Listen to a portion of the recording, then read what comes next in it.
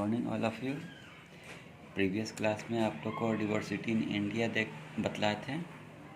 इस बार आप लोग का टॉपिक है लिंग्विस्टिक्स डिवर्सिटी, भाषा संबंधी विविधता।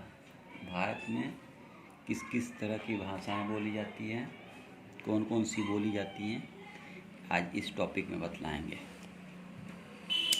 India has the diverse list of spoken language, at least 800 languages and 2000 dialects have been identified.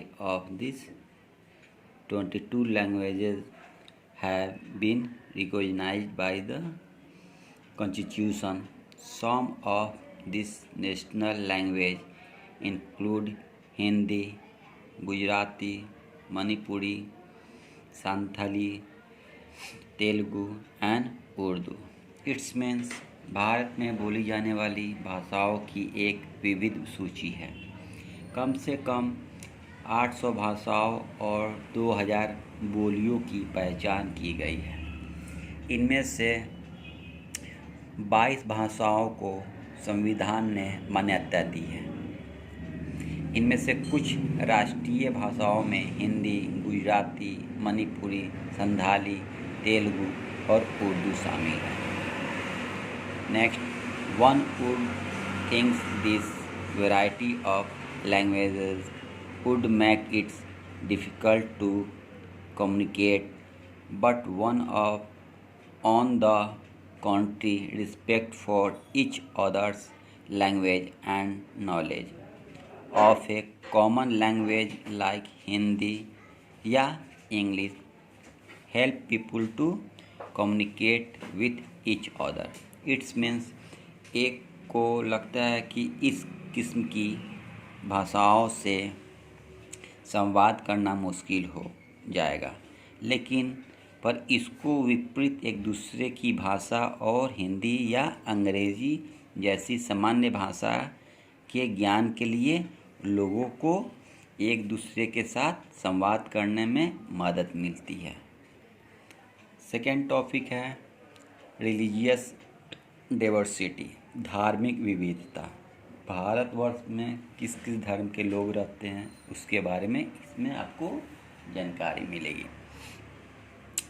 India is probably the only nation in the world to have such a wide variety of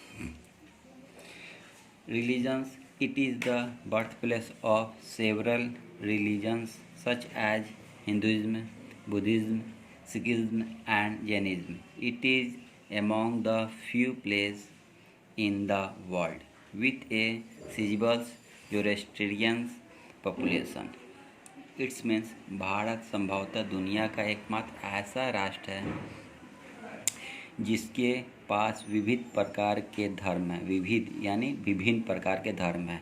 यह हिंदू धर्म, बौद्ध धर्म, सिख धर्म और जैन धर्म जैसे कई धर्मों का जन्म स्थान है। यह दुनिया के उन गिने चुने स्थानों में से है जहां एक बड़ी आबादी पारसी है। Next, the expanse of church, temple, मस्जिद, स्तूपस, गोम्पस and Dargah like the Ajmer Sharif reflect the amazing multiplicity of religions practiced in India.